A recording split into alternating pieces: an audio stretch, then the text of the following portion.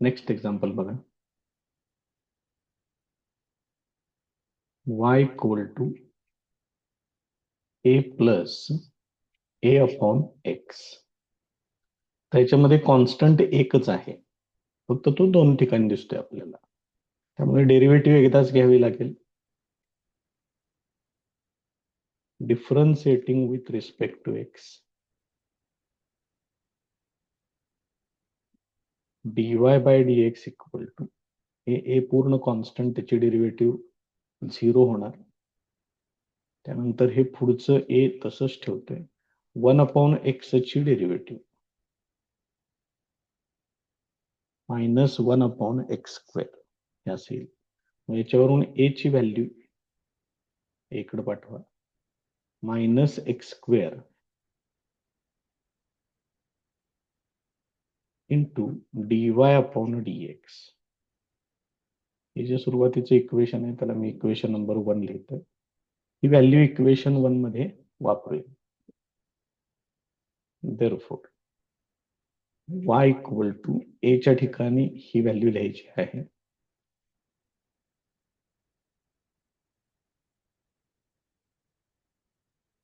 Plus परत एकदा इथं ए आलेलं आहे.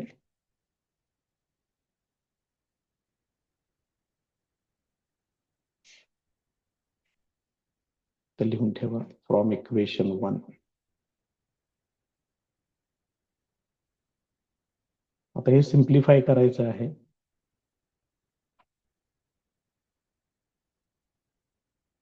देअरफॉर y इक्वल टू, या फर्स्ट टर्म मध्ये काही चेंज नाही करत नाही. इथं किरकोळ सिम्प्लिफिकेशन होते, एक एक्स कॅन्सल होईल असेल. आता या सगळ्या टर्म्स इकडे डाव्या बाजूला घेतो.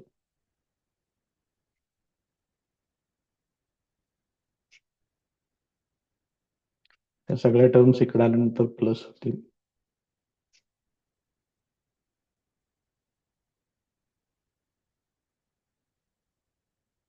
पद्धतीने त्या पहिल्या दोघांच्यातून dy अपॉन dx आणि एक x कॉमन घेऊ शकताय. x जर कॉमन घेतलं तर पहिल्या ठिकाणी x, दुसऱ्या ठिकाणी 1 शिल्लक राहील आणि हे dy upon dx. This is the required differential equation. या पद्धतीने हे पूर्ण होईल.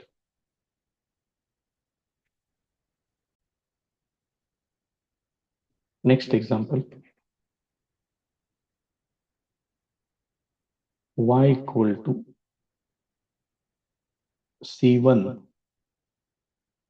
e raised to 2x plus c2 e raised to 5x. ह्याला मी इक्वेशन नंबर 1 लिहितो. डेरिव्हेटिव्ह घेऊयाची. Differentiating with respect to x.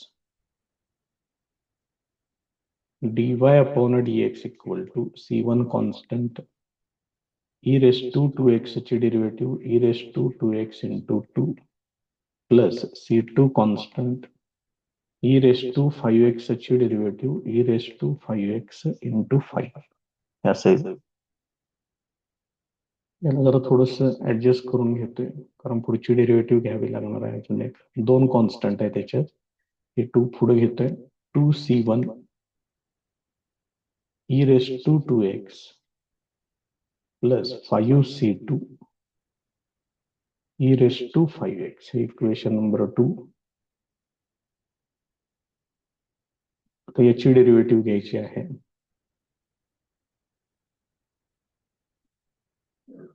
Differentiating with respect to x. D square y upon dx square equal to 2c1 e raised to 2x into 2 plus 5c2 e raised to 5x into 5. त्याचं simplification इथे येणार 4c1 e raised to 2x. इथे येणार 25c2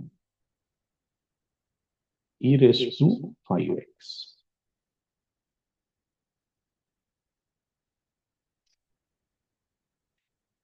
हे होणार equation number 3. आता ही तिन्ही equations या दोघांची आहेत. ही त्यांच्यातली व्हेरिएबल्स कन्सिडर करून ही तिन्ही इक्वेशन्स कन्सिस्टंट आहेत असं त्या ठिकाणी सांगायचं. नाव दिस 3 इक्वेशन्स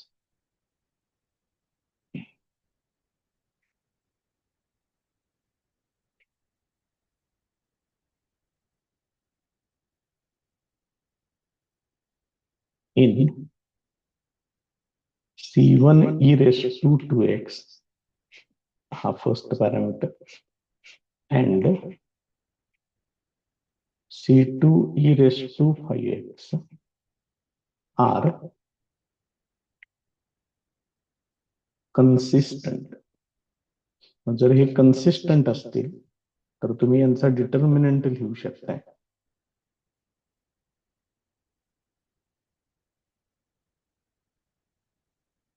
डिटर्मिनंट तयार करूया. आता पहिल्यांदा ह्या सगळ्या डाव्या बाजूच्या टर्म घ्यायच्या. तिथं y आहे तर dy अपॉन dx आहे दुसऱ्या इक्वेशन मध्ये. तिसऱ्या इक्वेशन मध्ये D square Y upon dx square y dy upon dx आणि D square Y upon dx square या पद्धतीनं. तर सेकंड टर्म मला घ्यायचे या C1 into E raise to 2x चे कोइफिशियंट. पहिल्या इक्वेशन मध्ये इथं काही नाहीये म्हणजे 1, इथं 2, इथं 4. 1 2 4.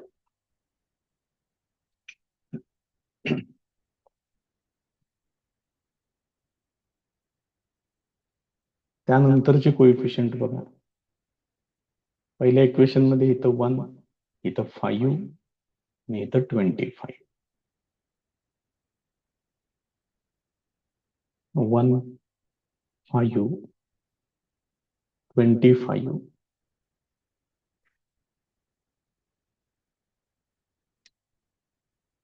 असेल. दिस इज इक्वल टू 0. हे फक्त सोडवावं लागेल आणि जे काही इक्वेशन येईल ते डिफरन्शियल इक्वेशन तयार होईल. देअरफॉर y इंटू ब्रॅकेट काय होते बघा. जरा मोठ्या संख्या आहेत व्यवस्थित मांडून घ्या. 50 वजा 20 मायनस 1 इंटू ब्रॅकेट हे कॅन्सल होईल. 25 dy upon dx minus 5 times d square Y upon dx square. आता इथलं घ्यायचं आहे प्लस 1 इंटू ब्रॅकेट हे कॅन्सल होईल. 4 dy by dx minus 2 d square Y upon dx square. This is equal to 0 असेल. आता हे सोडवून घ्या. पुढे बघूया काय काय होते त्याचं सिम्प्लिफिकेशन. इथं 50 मायनस 20 याचा अर्थ हे 30y होणार आहे. त्यानंतर हे मायनस पुढे देऊन टाका. Minus 25 dy upon dx minus minus plus 5 d square Y upon dx square plus 4 dy upon dx minus 2 d square Y upon dx square. This is equal to 0. आता d square Y upon dx स्क्वेअरच्या ह्या दोन term आहेत. 5 minus 2 ते होणार 3 times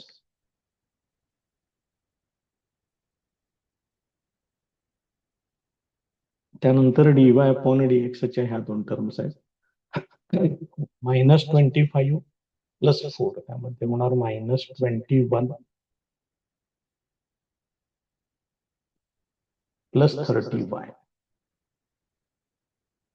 this is equal to 0. याला अजून simplify करता येईल. 3 ने डिवाइड करता येईल याला. D square Y upon d x square minus 7 dy by dx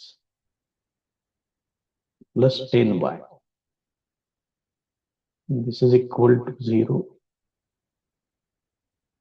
This is the required differential equation.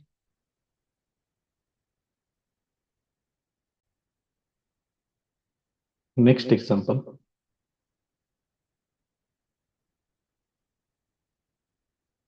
C1x cube plus C2y square. This is equal to 5. तर या पद्धतीने दिलेलं आहे इक्वेशन. ह्याला इक्वेशन नंबर 1 कन्सिडर करू. Differentiating with respect to x.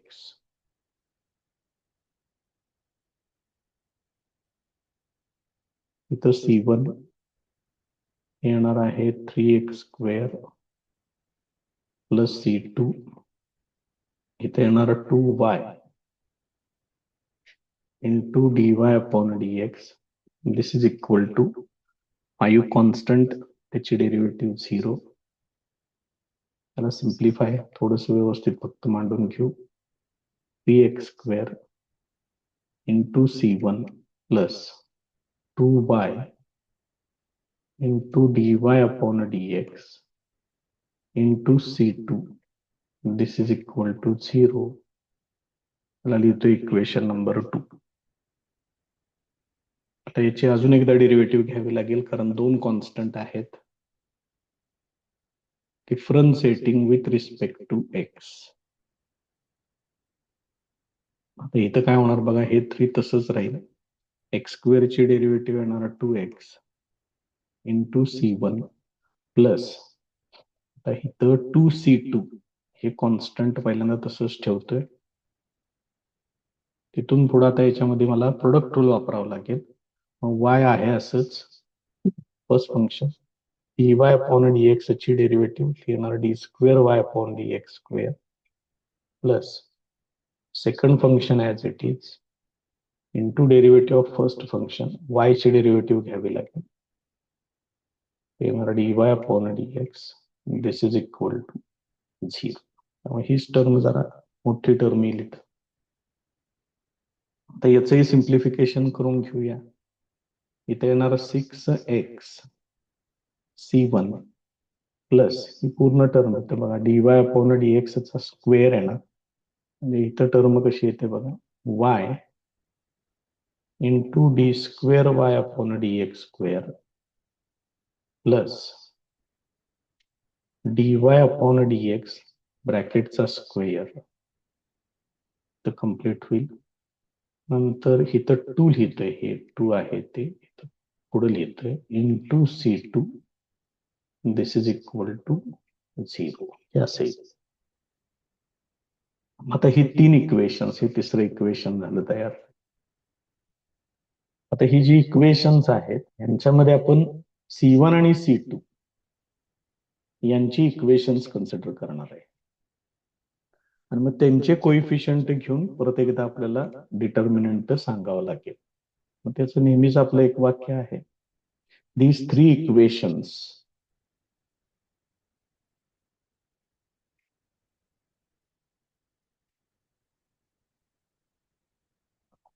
in C1 and C2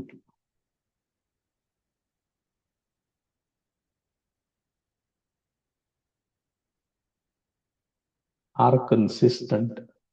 Therefore, आता यांचं determinant तयार करूया.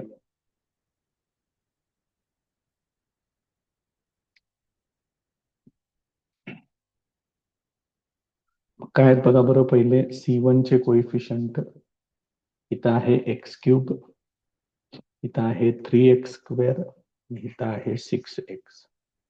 एक्स क्यूब 3x स्क्वेअर आणि 6x.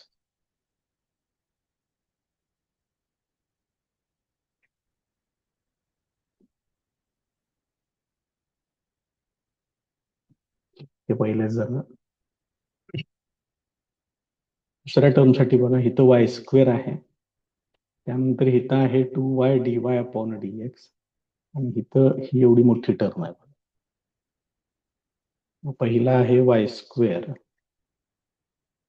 दुसरा आहे 2y into dy upon dx. तिसऱ्या टर्मच्या ठिकाणी हे एवढं सगळं येणार. म्हणजेच ह्याला 2 न आत मल्टिप्लाय करून घ्या, म्हणजे तो ब्रॅकेट सुद्धा लिहायची गरज लागणार नाही. 2y D square Y upon dx square plus 2 into dy upon dx ब्रॅकेटचा स्क्वेअर. असे जो तिसरा कॉलम जो आहे त्यात 5 0 0 असं येणार.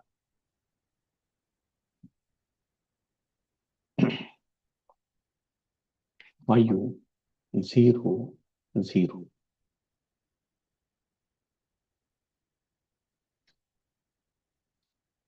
So this is equal to 0. Consistent वरून तुम्ही हे असं लिहू शकता. आता हे सिम्प्लिफाय करूया. बघा आता इथं 2 शून्य आहेत, म्हणजे बऱ्याचशा टर्म याच्यातल्या 0 होतील. तरी पण चेक करू आपण. एक्स क्यूब इंटू ब्रॅकेट हे 0 0, म्हणजे इथे येणार 0 मायनस 0. त्यानंतर मायनस वाय स्क्वेअर आहे. त्याच्या पुढे बघा बरं, आता हे कॅन्सल होईल, हे कॅन्सल होईल, 0 मायनस 0 येणार इथे. तर तिसरी टर्म तेवढी फक्त व्यवस्थित सोडवा. प्लस 5 इंटू ब्रॅकेट हे कॅन्सल होईल. याला फक्त जरा व्यवस्थित मांडावं लागेल. 5 इंटू ब्रॅकेट 3x स्क्वेअर न याला मल्टिप्लाय करायचं. 3x square into bracket 2y D square Y upon dx square plus 2 into dy upon dx ब्रॅकेटचा स्क्वेअर. ह्या दोघांचा प्रोडक्ट झाला. ब्रॅकेट कंप्लीट करतो याचा. मायनस या दोघांचा प्रोडक्ट. मग हा किती होईल? 2 इंटू 6 म्हणजे हे होणार 12 xy into dy upon dx. आणि इथं हा मोठा ब्रॅकेट कंप्लीट होईल. दिस इज इक्वल टू 0. हे एवढं सगळं येणार. आता पहिल्या 2 टर्म तर 0च आहेत, त्यामुळे यांचा काही प्रश्न नाही. पुढचं बघा. त्याच्यातले हे जे 5 आहेत, या 5 ला पलीकडे पाठवून देतो, ते डायरेक्ट निघून जाईल. बाकीचं राहिलेलं बघा काय काय. 3x स्क्वेअर ना आता मल्टिप्लाय करून घेऊया. 3 into 2 6 x square Y into D square Y upon dx square. परत 3x स्क्वेअर ने तर पुढे मल्टिप्लाय करा plus 6x square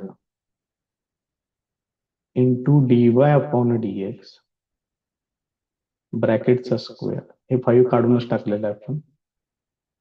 minus 12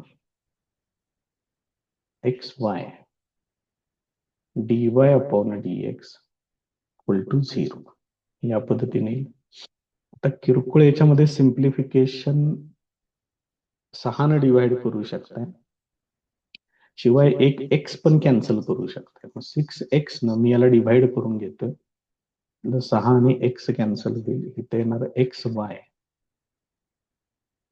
D square Y upon dx square plus इथं 6 आणि x कॅन्सल होईल. एक x तसंच शिल्लक राहील.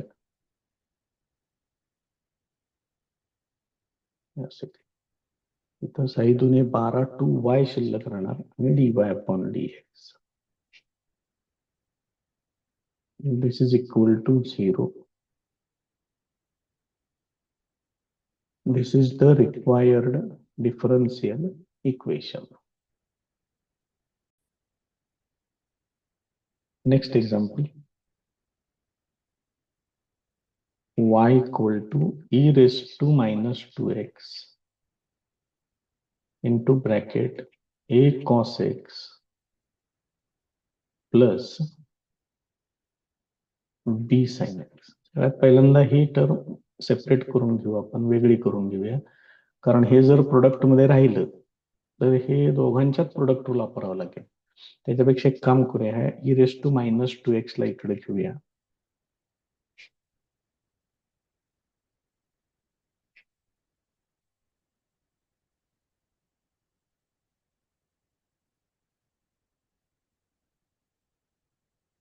म्हणजे हे असेल, हे e raise to minus two x वरती घ्या.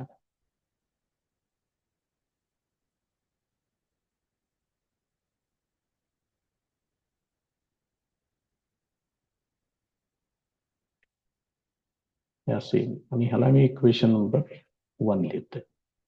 आता याच्यामध्ये दोन कॉन्स्टंट तुम्हाला दिसत आहेत, ए आणि बी, म्हणजे दोन वेळा डेरिव्हेटिव्ह घ्यावे लागेल.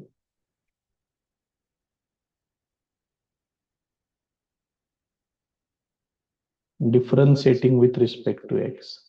First function as it is, derivative of second function plus second function as it is, derivative of first function e raised to 2x into 2 असेल.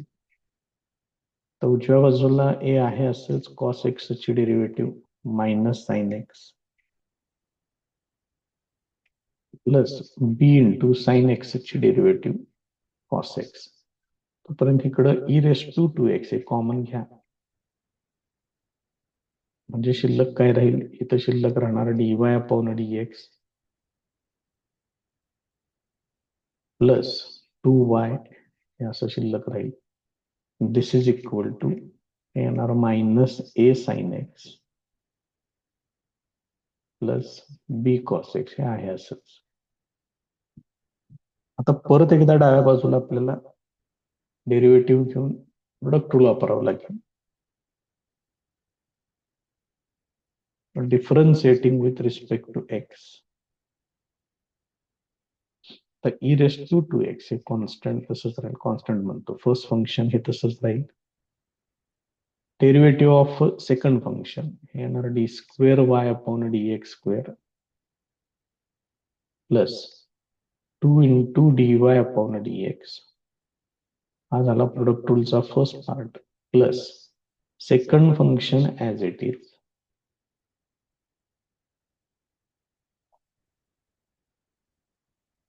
into derivative of first function, that is e raised to 2x into 2. This is equal to उजव्या बाजूला बघा minus ए sign X ची derivative cos x plus बी cos x ची derivative minus sine x हे असेल.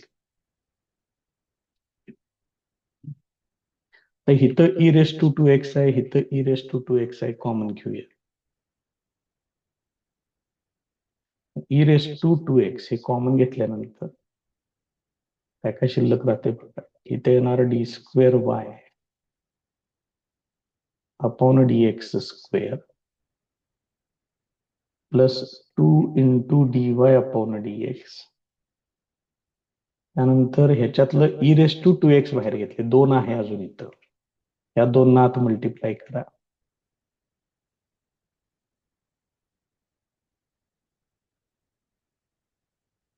असेल. आता या दोघांच्यातून मायनस साइन कॉमन घ्या,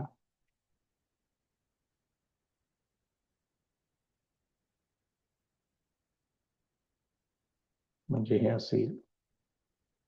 बघा लक्षात येते का. आता ही टर्म बघा वरती आपण काहीतरी लिहून ठेवलं याच्यासाठी, a cos x plus b sine x इथं आहे बघा. याच्यासाठी लिहायचं आहे e raise to 2x into y, ते लिहितोय. बाकीचं सिम्प्लिफिकेशन करू आपण.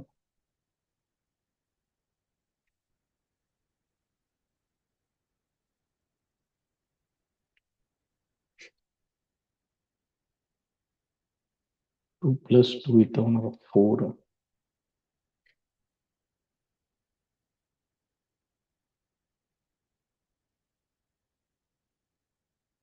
याच्यासाठी लिहायचं आहे e raise to 2x into y.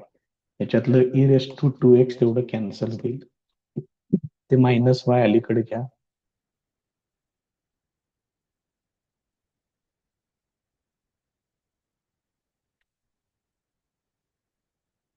ते इकडे आल्यानंतर प्लस होईल. Yes. So this is the required differential equation.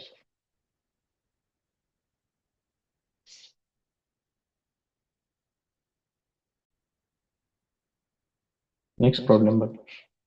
Form the differential equation of family of lines having intercepts A and B on the coordinate axis respectively. Intercept a आणि b जर असेल तर to intercept form वापरून आपण लाईनचं equation लिहू शकतोय by using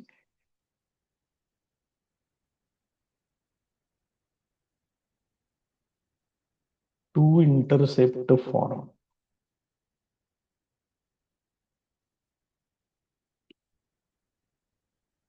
equation of line is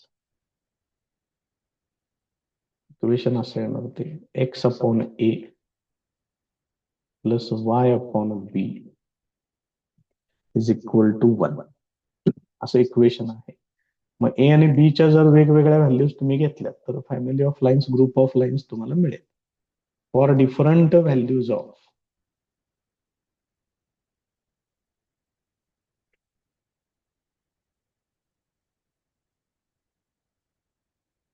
A and B.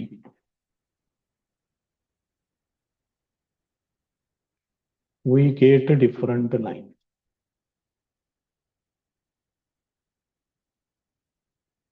That is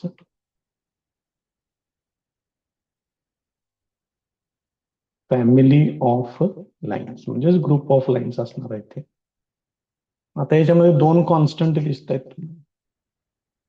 सोडवा derivative घ्या त्याची बघूया कसं काय काय होते ते. Differentiating with respect to x.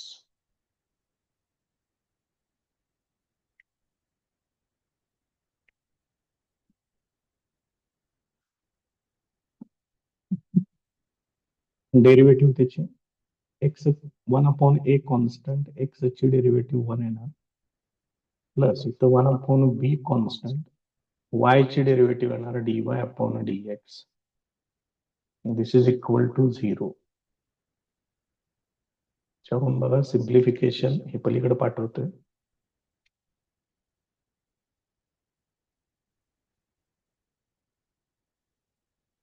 असेल मग याच्यावरून dy upon dx equal to हे बी ने इकडे मल्टिप्लाय करा असेल. दोन कॉन्स्टंट आहे त्यामुळे अजून एकदा डेरिव्हेटिव्ह घ्यावी लागेल.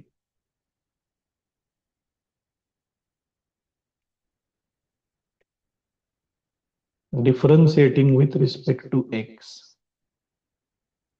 D square Y upon d x square हे पूर्ण कॉन्स्टंट आहे याची डेरिव्हेटिव्ह 0 येणार. This is the required differential equation. Next problem बघा.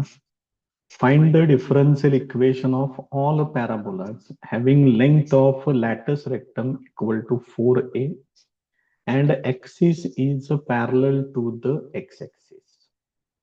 या प्रकारचा एक पॅराबोला पहिल्यांदा आपण काढून घेऊया. हा एक्स ऍक्सिस घेतो इकडं, त्यानंतर वाय ऍक्सिस,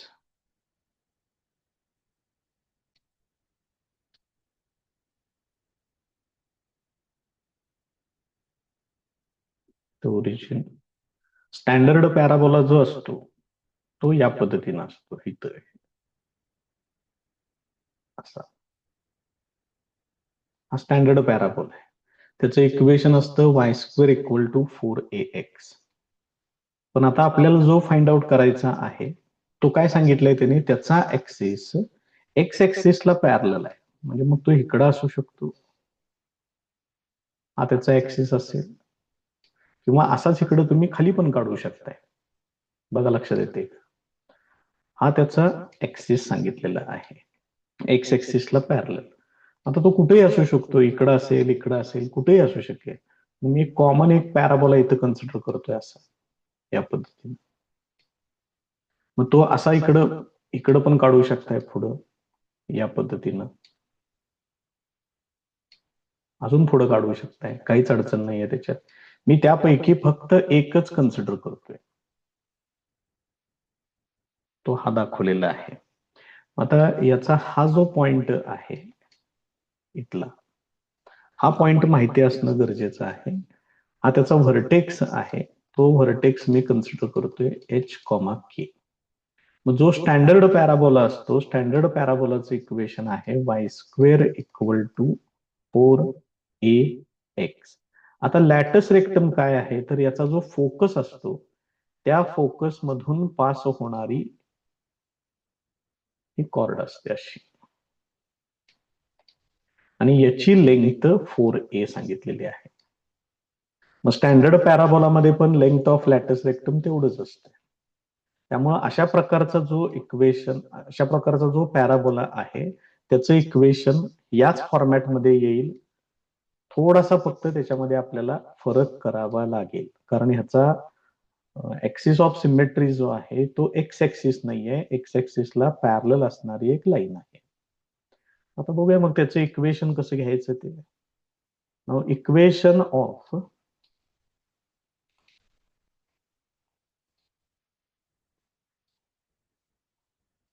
this parabola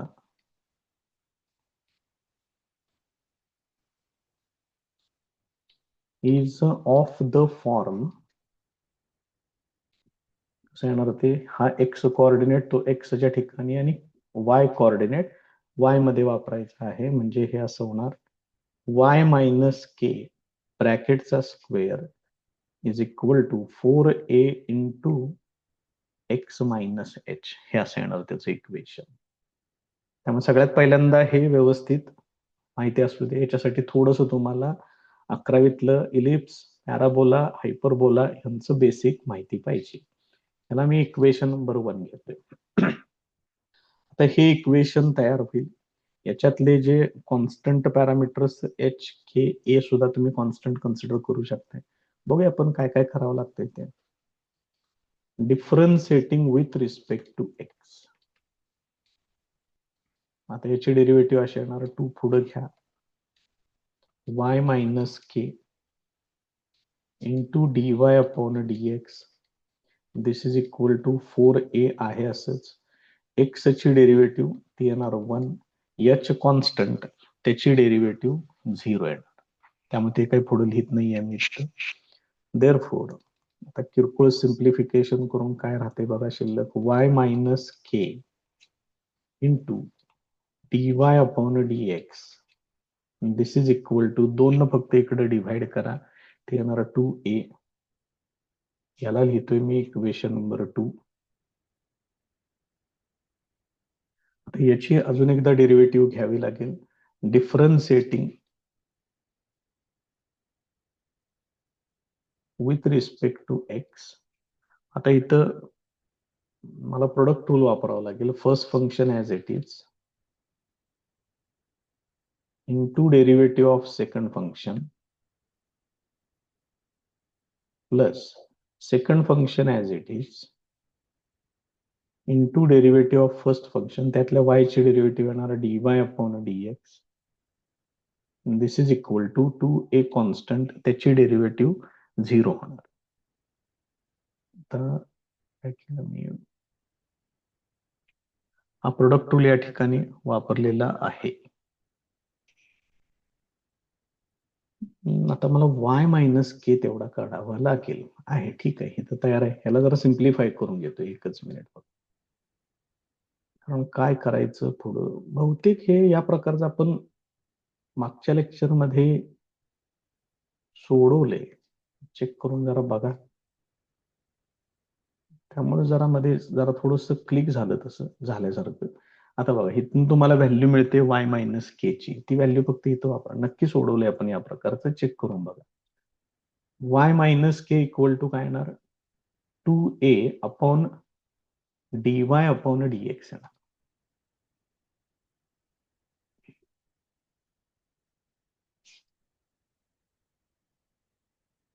आणि ही व्हॅल्यू इथं वापरूया.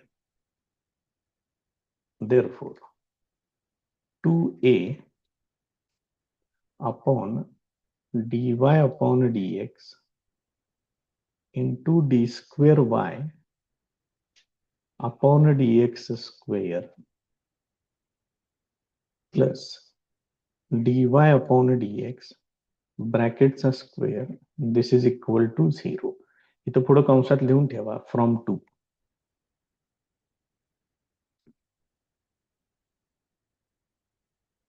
आता याला पूर्ण इक्वेशनला dy अपॉन dx न मल्टिप्लाय करा. therefore 2a d square y upon dx square plus dy upon dx इथलं कॅन्सल झालं. इथं dy अपॉन dx न मल्टिप्लाय करा. ऑलरेडी इथं dy अपॉन dx चा स्क्वेअर आहे, तो आता क्यूब होणार. This is equal to dy upon dx न याला पण मल्टिप्लाय करा. हे असं तयार होईल. So this is the required differential equation. हे त्याचं रिक्वायर्ड डिफरन्शियल इक्वेशन तयार होईल.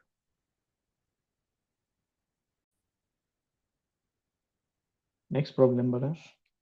Find the differential equation of N ellipse whose major axis is twice its minor axis. तर याच्यामध्ये इलिप्सचं बेसिक इक्वेशन इकडे बाजूला लिहून ठेवतोय. X square upon a square plus y square upon b square is equal to 1. हे basic फॉर्म्युले आहेत इलिप्ससाठी. त्याच्यानंतर याच्यामध्ये मेजर ऍक्सिस जो असतो तो असतो 2a आणि मायनॉर ऍक्सिस तो असतो 2b. हे माहित असू दे. आता ह्यांनी काय दिलेलं आहे ते बघा.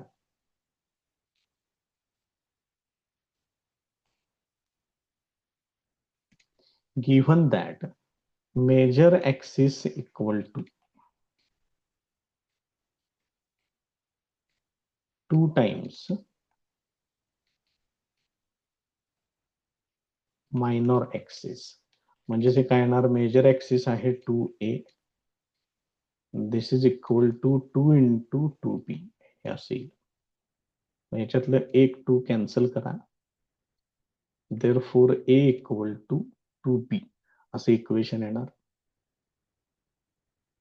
Now equation of ellipsis.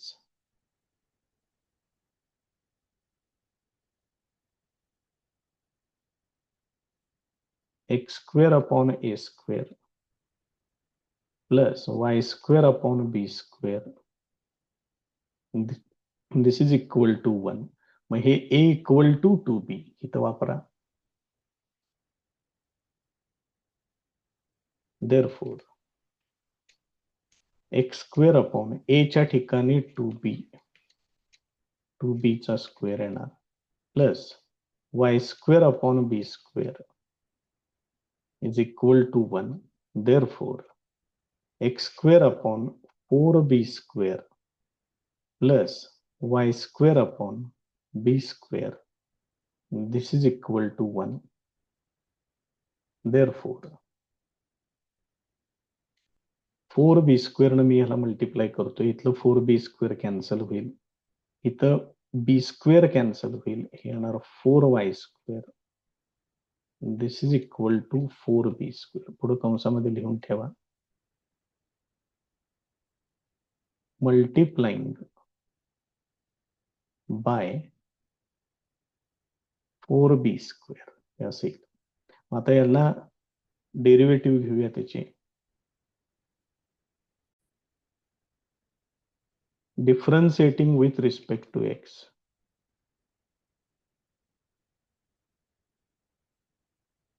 याची डेरिव्हेटिव्ह ते येणार 2x प्लस 4 इंटू 2y